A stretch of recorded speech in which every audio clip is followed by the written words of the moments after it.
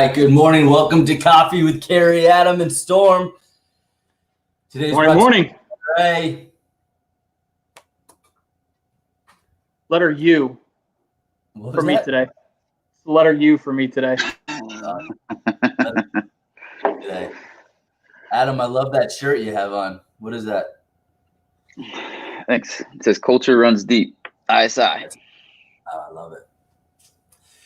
Well, Today we're continuing our our core values series. Yesterday was C for control, the controllable. Today is my favorite, A for accountability. Oh my gosh. Iron sharpens iron, holding every person accountable.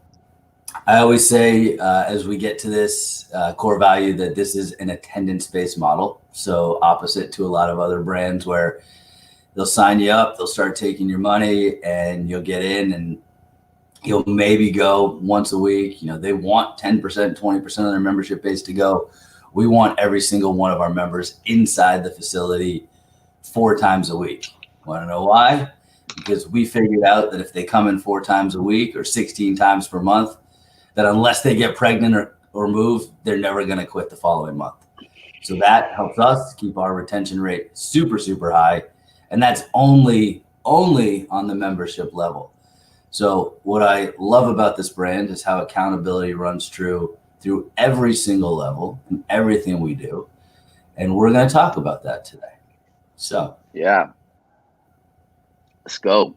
I love it. Where do you want me to start at? Well, I mean, I think I'm going to start because I want to let you know something. I want to tell you that was about 6 weeks ago, you and your wife went on Facebook and you launched some sort of a weight loss program for every employee or associate of ISI. And for the last 5.5, almost 6 weeks, we weigh in on Thursday. I have committed to doing athletic-based training a minimum of 3 times per week. And I have used you as my personal accountability tool. So I want to say thank you for that.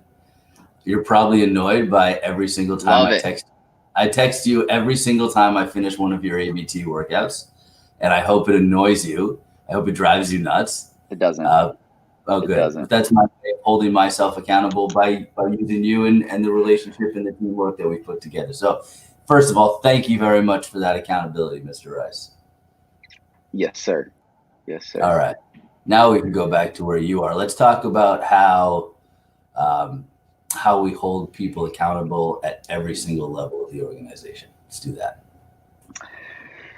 Yeah. So, where to start? I can unpack this in several different ways, but when people, the word coach, I think is a good starting place. So a lot of places have, the word trainer. We use the word coach because a coach is someone who doesn't quit on you. A coach is there who takes you through the process, who sees a greater vision of yourself than you see for yourself right then and there. And so for that to happen, accountability must be present. And it's essentially, I'll show a graphic here in a second of what I used on our end of month call that I think is pretty powerful. But, when people, the reason accountability is so important is because if we leave it up to ourselves or other people, then we're going to continue with the same patterns.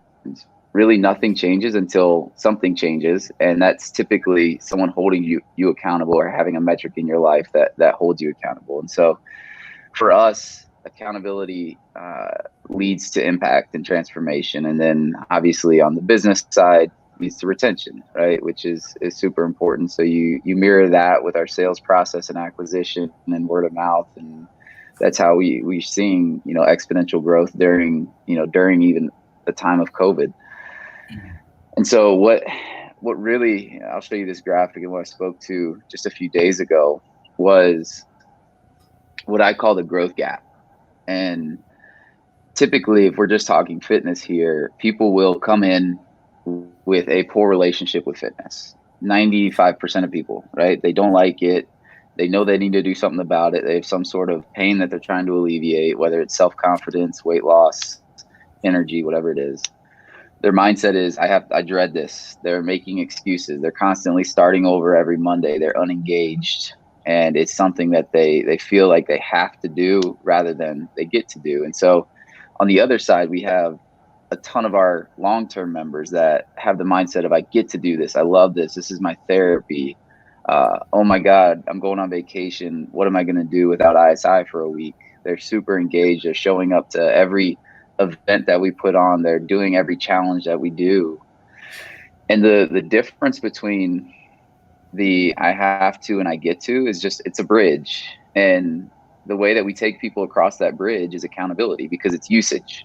The only way that they're going to come from point A to point B is by usage. And so it's incredibly hard to be inspired by something when you're not when you're not in it, right? So I don't care if it's an employee or it's, whatever it is, like, it's hard to get motivated and inspired by something you're not actively engaging with every single day. And so our job as coaches is to get people through the door at least 4 times a week. When we do people across this bridge, and that's the most important thing, is we march people across this bridge from the business and from the transformation and impact that we're making. It shifts their belief system into I have to I get to, into I dread this, to I love this, because all of a sudden now they're getting results. Now they're seeing value, and they become a lifetime member of that, because of course, right, it makes common sense. If someone is coming 4 times a week, they're getting results, they're posting on social media, they're telling their friends about it, we're getting referrals from, they're finding value in it, and they drink, quote unquote, the green Kool-Aid. But that's our jobs as coaches, and what we're constantly talking about is accountability. And then we've got built-in systems that we utilize for this, and that's, I don't know if you have one of the medals there, Carrie. I do. You'd have to put it back on the screen, bud. Yeah. Let's see if I can. There you go. Love that. We have small little things that we do to motivate people and to encourage them to. Your internet is so bad, Gary. I don't know why. But to get people through, again, walking across the bridge. So everything from capture the flag to where we're competing between locations, to the medal that we have. Once we come out of COVID, we'll re-engage that. But any member that gets 48 workouts in a quarter will get a limited edition medal. And then we have mandatory reports that every location and head performance coach is running on every Monday. If you had 2 or less visits, you're getting a point of contact. Every Wednesday, we're running another report. If you haven't been in Monday or Tuesday, you're getting a point of contact, because what we know is most people, if they don't work out before Wednesday, they're not going to work out till next Monday. And it's just a bunch of data and studies that we've done to understand what is the habits of people as they go through the week. And I think all of us can relate and know, like, hey, if we don't do something before Wednesday, it's probably a mentality of, let's start again Monday. So we're just trying to stop that habit in place. Right. And you mentioned something the other day, which, coming out of your mouth, I think a lot of people would be surprised to hear that. And that is, we talked about what your love for fitness looks like. And you mentioned, I don't even love fitness. I love the results of what comes from fitness. Right. So that becomes a relationship with fitness. And I've learned in working with you and with this brand that, people don't necessarily understand that when they become a member of a gym, if they go to a gym, it is potentially the place where they spend their 3rd most amount of time in the week. That is a relationship, right? And you need to be able to get something out of that relationship where you're seeing results, you're feeling emotionally good. And you don't have to love what you're doing. You have to love what comes out of it, right? It's just it's inputs versus outputs. I mean, it's that, you should need the goal or is the result, which is the output, but the input is showing up. And the other thing I think that's important to mention, and this kind of ties in some of what we spoke about earlier in the week with the culture, you're talking about that growth, right? That gap, and all of the growth occurs in that gap. I think part of that is to get people to grow. You're going to bring those people from the left side of the spectrum into the gym. And there's a culture of people who have already experienced that growth, and they're on the right side of that spectrum. right? So you've got all these people who are of the mindset that it's not that I have to work out, it's that I get to work out, and it's that I get to be here. I can't miss this. I've developed this habit, and those people in your gym are dragging the people from the left side of the spectrum over to them, with them on the right side of the spectrum. And I think, we can all, look back on our lives and we know that we've all been a part of teams who haven't experienced that growth. I've been in toxic environments and I've left them. And then I've been in a part of some championship type teams and some, top-notch caliber teams. And the difference in mindset is staggering. I think you're right. The people that tend to have success are the people that fall in love with the process, force themselves to fall in love with the process because they understand they need to control those inputs to reach the desired result. What does a guy from Philadelphia know about top-notch teams? I mean, we've seen it. Here's an example, right? Here's an example. The Eagles finally won a Super Bowl. Of Boston? Okay. The Eagles finally won a Super Bowl a couple years ago, right? And they did it with a backup quarterback, right? Most teams, when you lose a starter who's carried you through an entire season like that, most teams would fold, right? But there was a different culture about that team. The leaders were a little bit different, and they kind of had the next guy up mentality, right? So you have a backup quarterback step in who didn't play very well at the end of the regular season, and to the rest of the team, that didn't matter. When it got to the playoffs, it was go time. And then that guy carried them through the playoffs, and they end up winning a Super Bowl. I mean, that speaks more about the team and the culture and the entire organization and what they were doing that year than any one individual player. The fact that they could go through, win with a backup quarterback, I mean, that's an impressive unit right there. I take your point seriously, but I'm also thinking in the back of my head that I don't know if we're going to do sports or weather with you today. We'll get back there. Sports, that's a new one. He'd be good at that. Dude, I'll tell you what, some news station could get a 2-for-1 for you. Well, don't tell my buddy they could cut their he's payroll watching in right half now and get a 2-for-1. But not like an A market news station, like a B- market. Got to start somewhere. Yeah.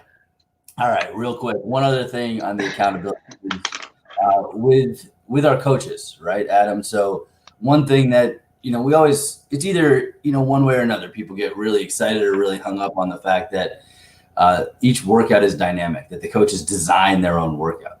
But we have a way of keeping them accountable. So will you explain that a little bit just so we can get the clarity on that out there? Yeah, so I mean, like I said, accountability kind of bleeds through our entire system from the top down to the member, and that's a way that there's always the checks and balances in place. I think is so important to where there's social accountability, so that drives performance, that drives everybody staying on their toes and making sure that they're performing for one another and pushing the brand forward. And so from a coaching perspective, we're different than a lot of other brands in the boutique is we're not funneling down workouts from corporate. And there's a strategic reason behind that is, it was important to me that as a coach myself beginning, I didn't want to become a robot. I didn't want to become or force anybody else. And if you look at our retention of our coaching staff, typically in this field, it's like 1 to 2 years, right? It's a stepping stone for people. We've been able to retain a lot of our corporate employees that are coaches for 5+ years now. And reason being is that we allow them to create their own workouts. So there is some brand standards around how workouts should be ran, the structure of the workout, the days. So everybody in the country is doing Monday leg day, but it's going to be a different leg workout in Myrtle Beach than it is in Fort Mill. And the reason being is that coaches have different strengths in how they implement and execute a workout. Plus, coaches are creative beings, and if you take that away from them, their fulfillment is going to run out. And so with that, there's also a potential liability. As a brand, we have to make sure that we're not doing Zumba in Scottsdale, Arizona, a bar class in New York, and a boot camp in Miami, right? So it's got to be athletic-based training across the board. And the way that we do that is, again, we have these strict brand standards of hey, you got to operate and create your workouts within this window, within the these parameters. But also, when a member walks out the door, they get a push notification that asks them to rate the workout. And we have a ranking system, a report that our owners, facility managers, have performance coaches get to run daily. And if there was a poor workout, they're immediately able to address that with the coach and with the member to just try and troubleshoot and see, hey, what went wrong here? Because what I found is, in some organizations where if it's being funneled down from corporate, there's always the out of, hey, that workout sucked. Well, I didn't design it. It's from, corporate. I agree with you. When, it's their own thing that they've designed, there's a level of ownership and accountability that they need to take for executing that workout, making sure it's a great experience. So yeah, and they know the people who are in their session, right? So they can know if they can push them a little bit further, or if somebody may be more advanced and need an upper modification. I can't tell you how many times within my facility a employee has come up to me and said, hey, I've taught the same thing 4 times today or 3 times today. I'm burnt out by it. And can I make it different? So as long as it stays within the brand standard. All right. Accountability, the ultimate iron sharpening iron. We're going to come back to that in a second. Storm Miller, we got some weather. We do, but I have not checked the weather report today. It's not one of those things I've gotten around to. So it looks in Philadelphia today, I mean, right now, 74 degrees. I know it's a little bit rainy outside. Could be a little challenging to get Alan out for a walk this morning. But today, calling for a high of 82. It's going to be a little bit humid. We're going to have some thunderstorms in and out this afternoon. So real field temps are back close to 90 degrees. We're up to 89. And then temperatures start to cool off through the remainder of the weekend, and we're back down into the upper 70s as highs this weekend. So warmest day of the week is today. Thanks, Storm. Go make it a hot one. Adam, you got some videos for us? We've got now. Yeah, we'll see y'all tomorrow. Later, guys. I think I got a video. Oh my gosh, it feels awesome. It's close to home. It feels like family when I come here every time. I love the workout. I love the push. I love that they pay attention to what you're doing and make sure you're doing it right.